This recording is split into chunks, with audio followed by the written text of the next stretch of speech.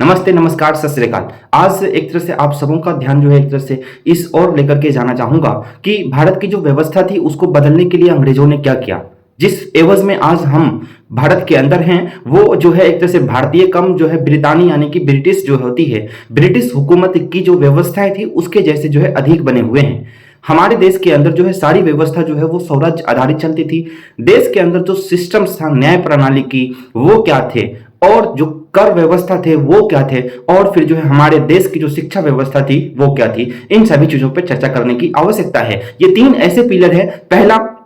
जो है वो कर सिस्टम यानी कि जो कर व्यवस्था है वो यानी कि टैक्स सिस्टम्स जो है वो, दूसरा जो न्यायिक पद्धति थी वो, तीसरा जो है वो हो गया गुरुकुल सिस्टम्स यानी कि शिक्षा जो दिया जाता था भारत देश के अंदर वो गुरुकुल के अंदर दिया जाता था। और गुरुकुल जो है वो उच्च स्तर के भी होते थे और उससे जो है मतलब एक कम स्तर के भी होते थे। तो इस प्रकार के जो गुरुकुल होते थे उससे जो शिक्षा दी जाती थी, इन सभी चीजों पर चर्चा करेंगे। तो तीन चीजों में मैंने जो बताया आपको, तो उसमें सबसे पहले मैं जो है टैक्स सिस्टम्स की बात कर लेता हूं। देश के अंदर जो कर व्यवस्था है इसका जो है मतलब एक तरह से अधिक जो कर लेने की प्रणाली है, इस एवज में जो है सबसे अधिक जो है मतलब कर लेने की प्रणाली का जो है मतलब एक तरह से व्यवस्था क्यों आया, क्यों जो है देश के अंदर जो है सबसे अधिक कर लेने की व्यवस्था की गई। यानी कि कर लेने का जो व्यवस्था है, अगर उत्पादन आपका 100% उत्पादन पे अगर 97% जो है अगर टैक्स लगा दिया जाए तो फिर आपके साथ क्या होगा, अन्याय है या नहीं? अन्याय है। जब इस एवज में अन्याय है यानी कि 100% प्रोडक्शन पे अगर 97% जो है टैक्स लग जाती है तो ये अन्याय है। इसी अन्याय को लाने के लिए ही टैक्स लाया गया था। यानी कि जब 1857 की क्रांति हुई थी तो उस समय काल में हुआ यह था कि जितने भी भारत के देश के अंदर के जो उद्योगपति थे, भारत देश के अंदर के जो पूंजीपति थे, भारत देश के अंदर के जो मतलब बड़े बड़े जमींदार थे, उन्होंने जो है क्रांति के अंदर जो है मतलब एक तरह से अपना सहयोग दिया था, पैसा दिया था क्रांतिकारियों को क्रांति करने के लिए, उसको किसी भी प्रकार की कोई दिक्कत ना हो इस एवज में उसका पूरा सहयोग किया था। यह बात जब ब्रिटिश को पता चला, ब्रिटिश जो हुकूमत थी उसको पता चला, तो फिर उन्होंने क्या करा कि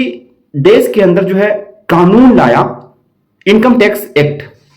ये जो इनकम टैक्स एक्ट है इस एवज में इसमें यह कहा गया कि जितना तुम्हारे पास उत्पादन हो रहे हैं उस पर तुम कर दो, और कर ऐसे वैसे नहीं, 90% से भी अधिक कर लिया जाता था। इस एवज में व्यवस्थाएं जो है बिगड़ने लगी, और जो है जिस तरह से इंडस्ट्रियलिस्ट यहां थे, पूंजीपति यहां के भारत के अपने पूंजीपति थे, और जो व्यवस्था के साथ यहाँ के जमींदार थे, जो भी मतलब अमीर वर्ग थे, उसकी जो है मतलब कहीं ना कहीं व्यवस्था बिगड़ गई। और मैकाले के द्वारा यह भी कहा गया है कि देश के अंदर जो है टैक्स सिस्टम लाया जा रहा है, ये टैक्स सिस्टम इसलिए लाया जा रहा है ताकि लोगों को बेईमान बनाया जा सके। यानी कि लोगों को अगर बेईमान बनाओगे तो बेईमान लोगों को जो है गुलाम बनाना आसान होता है। इस एवज में जो है टैक्स सिस्टम्स को लाया गया था। यानी कि मैं कहा गया ब्रिटिश जो हुकूमत है उसकी ये मत थी कि हम जो है ईमानदार लोगों को जो है गुलाम नहीं बना सकते, और टैक्स के जो है आधार पर यह भी कहा गया कि अगर कोई जो है ईमानदारी से टैक्स को पे करेगा तो फिर वो तो स्वयं बर्बाद हो ही जाएगा, उसकी जो बिजनेस है, उसका जो उद्योग है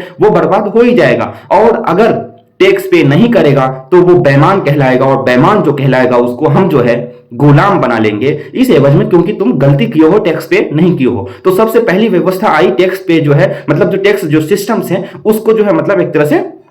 इंप्लीमेंट किया जाए भारत के अंदर, और जो व्यवस्था के साथ इंप्लीमेंट किया गया वो इनकम टैक्स के साथ साथ उस समय में जो है सेल्स टैक्स था, कस्टम्स जो है एक्साइज ड्यूटी टैक्स था, और फिर जो है टोल टैक्स था। सारे ऐसे ऐसे अप्रोक्स में 25-26 प्रकार के जो है टैक्स जो है भारत देश के अंदर भारत के नागरिकों से लिया जाता था। ये पहली व्यवस्था थी जिसकी वजह से भारत देश के जो है अंदर गरीबी, भुखमरी, और फिर जो है उत्पादन की जो व्यवस्था है वो उत्पादन जो है प्रोडक्शन बहुत अधिक कम हो गया, और भारत की व्यवस्था चरमराई, और भारत का जो निर्यात था वो डगमगाया, और फिर जो है बेहतर जो अर्थव्यवस्था थी वो जो है एक तरह से नाजुक हुई और कमजोर हुई, और फिर जो है चरमराती हुई। ऐसी व्यवस्था में आ गई कि आज जो निर्यात का दर है वो एक एवज में बहुत कम दर हो गया। दूसरी बात है, हमारे देश के अंदर जो न्यायिक पद्धति है, जो जुडिशियल सिस्टम्स हैं, वो प्रक्रिया जो मतलब न्यायिक जो प्रक्रिया है वो एक एवज में इतना अधिक धीमी गति से न्याय होता है कि इसमें लोग जो है एक तरह से जो ये करना चाहते हैं कि मुझे जो है इस एवज में, जैसे कोई किसी पर केस करता है, वादी प्रतिवादी, इन दोनों के बीच में जो है सबसे पहले तो वकील आते हैं। यानी कि केस को जो है मतलब एक तरह से अगर रिप्रेजेंट कोई करेगा तो उसको जो है वकील कहा जाता है, वकील के थ्रू जो है केस रिप्रेजेंट होते हैं और जो है केस जो है कहां मतलब कोर्ट तक पहुंचती है, वहां सारी बातें होती है, इन फैसलों के आधार पर जो है बोला जाता है कि न्याय मिलेंगी। लेकिन इस एवज में न्याय कब मिलेंगी, इसके आस में जो है लाखों जो है मतलब परिवार जो है कहीं ना कहीं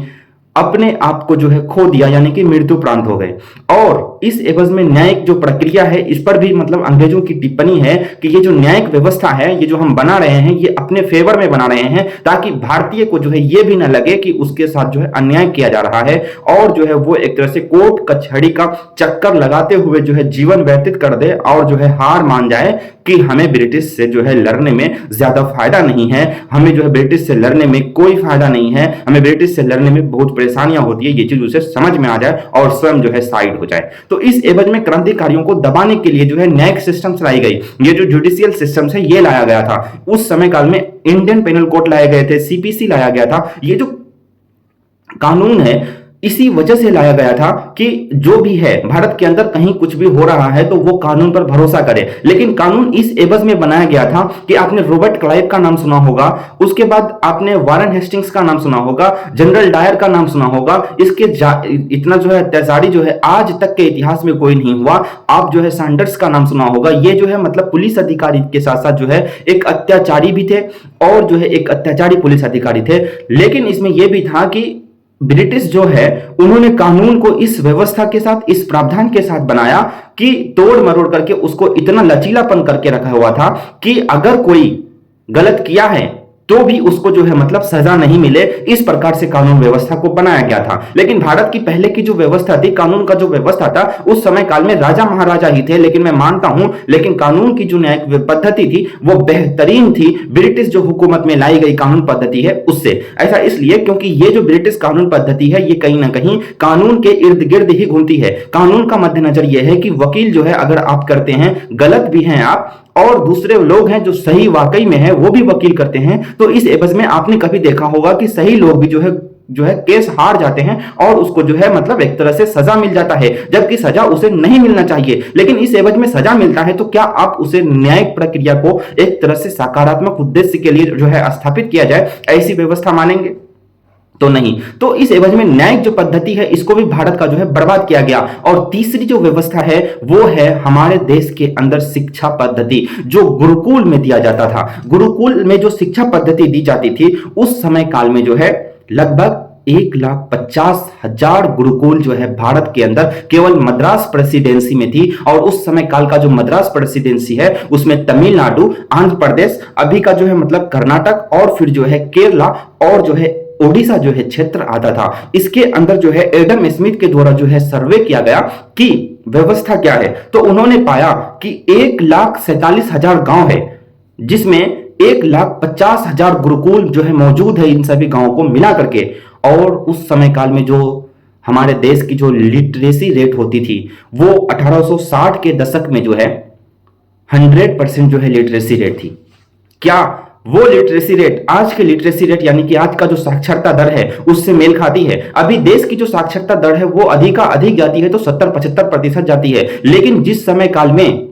हमारे देश के अंदर गुरुकुल पद्धति थी, जिस समय काल में हमारे देश के अंदर जो है गुरुकुल के अंदर शिक्षा दिया जाता था, उस समय काल में हमारे देश के अंदर, भारत देश के अंदर जो है 100% साक्षरता दर था। इस चीज को बर्बाद करने के लिए मैकाले ने नियम बनाया, कानून बनाया और जो है अपनी स्वयं की जो है शिक्षा नीति लाया और उसमें जो है इंग्लिश माध्यम को जो है मतलब एक तरह से सर्वोपरि कराया गया। और जिस तरह से व्यवस्था को बदला गया, इससे कहीं ना कहीं हमारे देश की व्यवस्था बिगड़ी। हमारा देश का जो है मतलब जो सिस्टम था, शिक्षा का जो पद्धति था, उसको एक तरह से पूर्ण रूप से धक्का लगा। और जो है देश के अंदर नई जो शिक्षा पद्धति मैकाले के द्वारा लाई गई, उस पद्धति के आधार पर जो है कॉन्वेंट सिस्टम जो लाया गया, उसमें अंग्रेजी माध्यम से जो है शिक्षा दी गई। इससे जो है देश की अपनी मूल जो भाषा थी उसका भी विनाश हुआ और देश के अंदर जो पढ़ाई जो है एक तरह से कराया जाता था गुरुकुल के अंदर, वो जो उद्देश्य थे, वो व्यवहारिक जो मतलब ज्ञान थे, उसको भी एक तरह से भारत के जो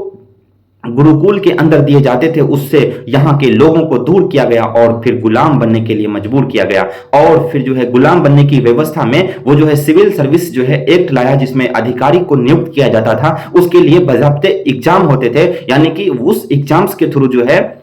उसे ये कहा जाता था, ये जो एग्जाम्स हैं इसके जो सिलेबस है वो आपको जो है मैकाले की जो शिक्षा नीति है उस सिलेबस से मैच खाती है। यानी कि भारत की जो शिक्षा पद्धति है, भारत की जो शिक्षा नीति है, भारत की जो सिलेबस है उससे कोई मतलब नहीं है सिविल सर्विस जो एक्ट लाई गई थी उसका। तो इस एवज में सारी व्यवस्थाएं बनाई गई और फिर जो है भारत देश की जो है एक जो रीढ़ होती है उसको कमजोर किया गया, उद्योग को भी बर्बाद किया गया, टैक्स व्यवस्था को ला करके, और फिर जो है गुरुकुल को बर्बाद किया गया, न्यू जो है इनकम, न्यू जो है एजुकेशन पॉलिसीज को ला करके, और फिर जो है एक और व्यवस्था जिसको जुडिशियल सिस्टम्स होती है उसको बर्बाद किया गया। नए नए कानून बना करके उस कानून में लचीलापन को रख करके और जो है न्यायिक प्रक्रिया को कानून के अधीन करके, यानी कि गलत भी सही हो सकता है, सही भी गलत हो सकता है इस एवज में। तो आप इतनी 3 चीजें जो है आपने समझा, जो मैं आपको समझाने का कोशिश किया। ये एवज में अगर आपके जहन में कोई सवाल उठते हो तो कमेंट में जरूर बताएं। आपका जो है मतलब एक कमेंट हमारे लिए बहुत अधिक सराहनीय होता है। धन्यवाद।